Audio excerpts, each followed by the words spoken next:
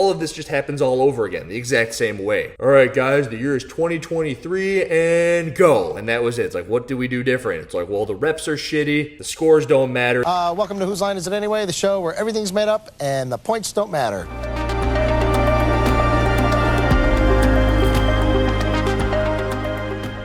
Yo! So I've fallen into a little bit of a pattern. I like my patterns. Patterns are a good thing. The pattern is I make a video or two, I edit the absolute crap out of the video. And after I've absolutely edited the crap out of the video, I rewatch the thing. I rewatch it, I go to sleep, I wake up, and then I post it. I throw the clip art on Instagram, and then I rewatch the thing in the morning as well. I like to rewatch the thing in the morning as well because it gives me a little bit of a different perspective on it. And then metaphorically, you guys are also watching it too. And then I'll look at the comments and I'll answer some of the comments. And I feel like it's just a good way to go about all this stuff. So I'm staying engaged through the comments, and through my third time around watching the video, I feel like I'll pick up on a couple of things that I may have missed out on. One of the big things that I think I may have missed out on here was the CrossFit East Nashville team. And I say that, and you're probably already like, stop talking about CrossFit East Nashville. But you got to remember that I talk about them so much because they are one of the bigger teams and names in the space. That being Proven, that being Tia Toomey, Shane Orr, everyone knows who those people are. And you got to remember there is a time when everyone in the world knew who Michael Jordan was. 5 and 2 tenths left, and now they're one stop away.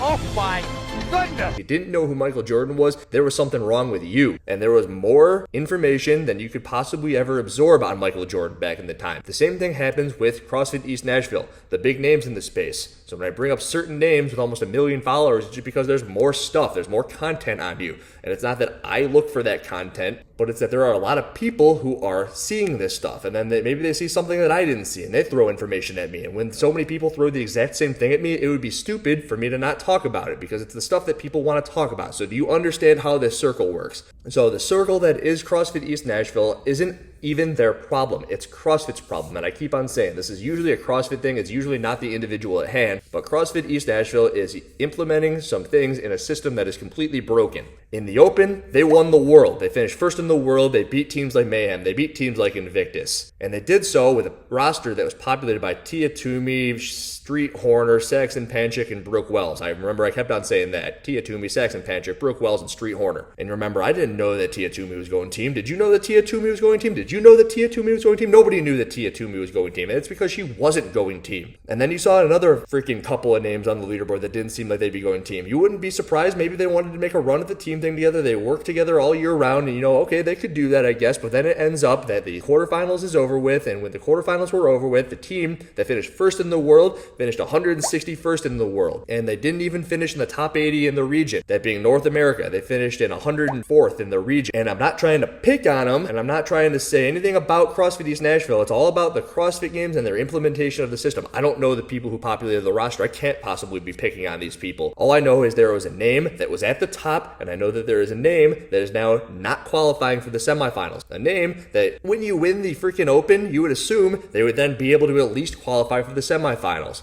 That doesn't appear to be the case. Why? It's because CrossFit doesn't pull the names out of the roster the way that they should, the way that they have in the past, the way that they've proven that they have the technology to do so. Look back to 2018, when you said you were going individual, you were no longer populating the team that you said you were part of the team of in the Open, so that the people who would then go to the regional were the exact people that were the ones putting the scores in for said team. Now you'll say, Andrew, why does this all matter? And it matters because when CrossFit East Nashville finishes first in the Open, that means that whoever finished 201st in the Open on the team side doesn't get in. They didn't backfill that stuff. If CrossFit East Nashville had the correct people in the correct spots, that means that this team at 201, they wouldn't have been, East Nashville wouldn't have been there, but that team would have populated that right spot. Why can I say all of this? I can say this now because they didn't even make the semifinals. I know of a team, and I made a video on it recently about who they were in the bottom tier of the 200. So they were finished like towards the back end of the qualifying spot, but then they made semifinals. So it's completely within the realm of possibility to say you snuck in through the Open, but then you made a semifinal. And this can happen. And it's complete bullshit that CrossFit is letting teams like CrossFit East Nashville populate the top of the leaderboard and kick out the teams that have a chance to then make it to the semifinal. All of this goes back to what I said yesterday in the dark, which is they shouldn't even have quarterfinals for the teams. No caps. They shouldn't have them for the individuals. They shouldn't have them at all. It seems like CrossFit is saying, okay, how can we make more money? Let's make another layer of competition for $50 now instead of $20 because they want it more, right? They'll pay more to do more. In all reality, all they're doing is they're taking what they should be doing in the open and they're doing it in the quarterfinal, and they're still not doing it well. In the quarterfinal, they'll look at a workout or two very hard, it appears, and say, hey, none of your pistols count. And then they don't care about a workout at all. It doesn't matter! But this is what they did in the open back in the day. They would request from the people who qualified for the next stage, they would request a video or two. And in the quarterfinal right now, they're requesting all of your videos, but they're really only looking at a video or two. Sometimes they'd look at a little more, but it's almost because they have to, because we're on the internet just hounding the shit out of them. But it's no secret that they're just completely ignoring a lot of this. So my suggestion, they know what works. What worked was you have 5 weeks of the open, make the open worth something, maybe even make the open more expensive. I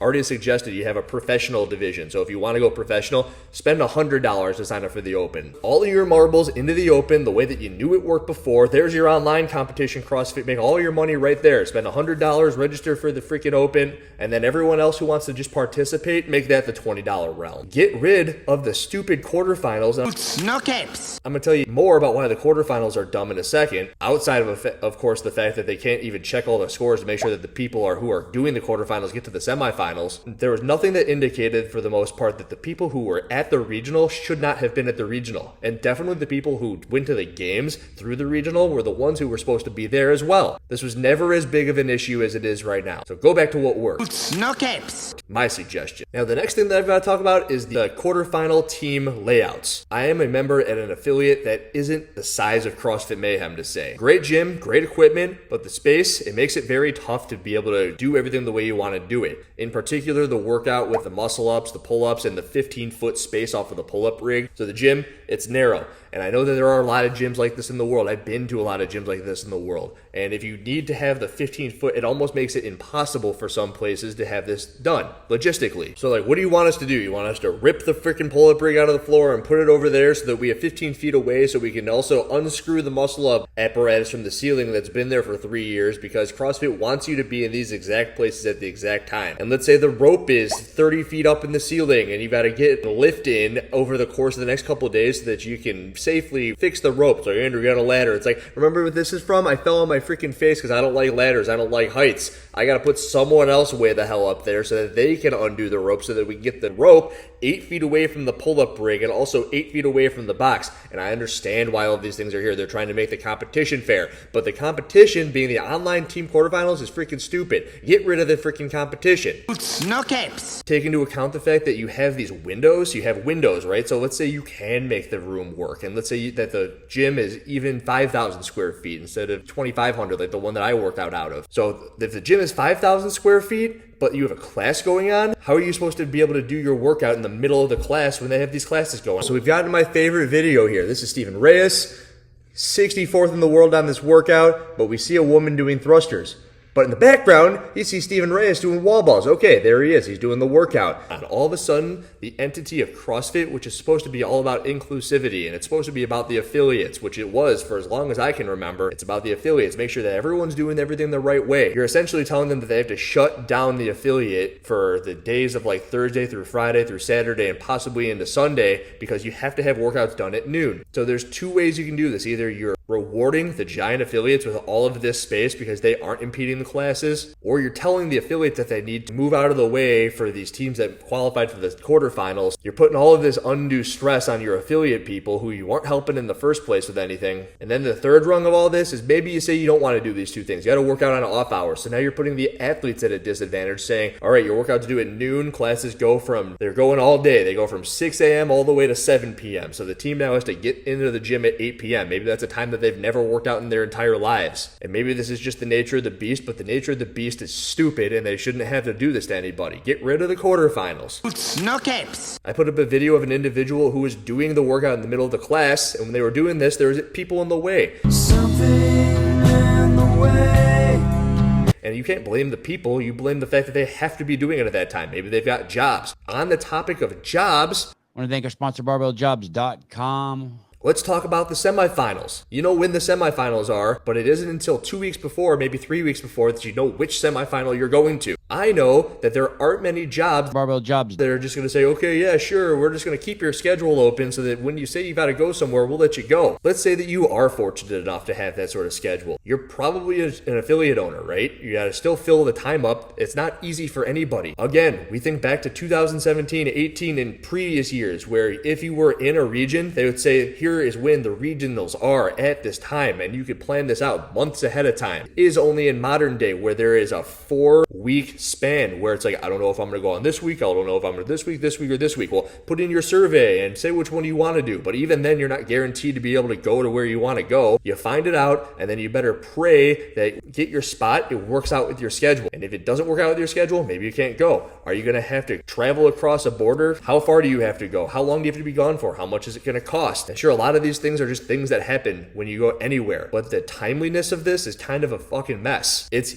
easy for the top end people. They can say, okay, open up the entire schedule. This is what we work for all year. But there are people who are nurses. There are people who are teachers. There are people who just have jobs, barbell jobs, that won't allow them to say, all right, 2 weeks, I'm going to take this time off because I got to go do this competition. The inclusivity that was CrossFit and is CrossFit, is and was and should be CrossFit, appears to be thrown out the entire window. Implementation of the structure of the quarterfinals in the affiliates and the implementation of the semifinals when it comes to sending the athletes to these semifinals on such a short notice. You know how you fix all of this? Go back to what worked. You know when the semifinals are. Look at the regionals. Like, they release them in January. It's like, here are the dates of the regionals. And if you were in the North American continent, this is when it was that you were going to be here. All of a sudden, you can fill out your schedule and plan from then. If you don't have a quarterfinal, make this Open more important again. The Open is worth a lot. It should be worth a lot. There's nothing more disheartening, in my opinion, than hearing that the Open doesn't matter. It doesn't matter! To my knowledge, there's no CEO over at CrossFit. There needs to be a guiding light. Don't just sit with folded hands and become blind. There has to be something that we're working towards. Like, what is that something that we're working towards? Because right now, it's like, this is what we're doing, this is what we're doing, this is what we're doing, and everything that we're doing fucking sucks. This whole thing fucking sucks. I mean, this is the biggest pile of shit.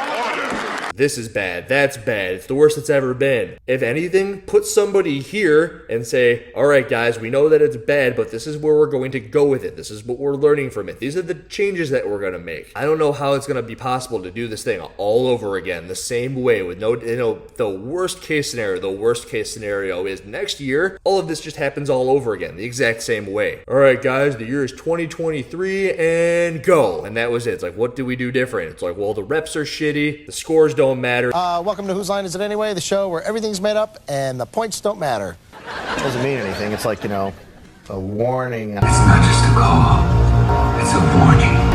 In the Open, you go to the quarterfinals, and we're going to judge one workout, and it's going to be a pistol workout, I bet. Do you not listen to anybody say that the pistol shouldn't be in a quarterfinal online workout? Didn't you listen to anybody say that online quarterfinal workouts are stupid?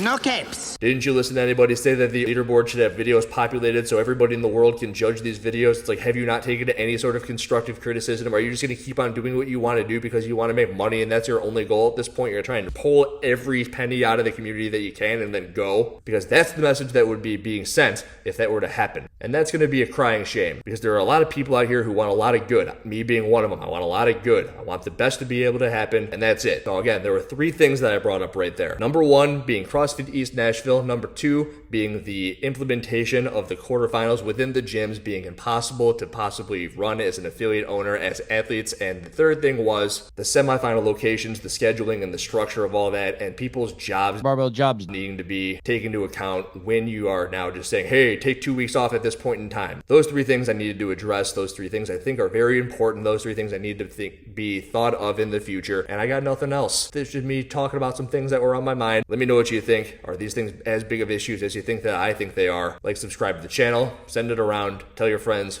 It's madness. It's a mess. Andrew Hiller, goodbye.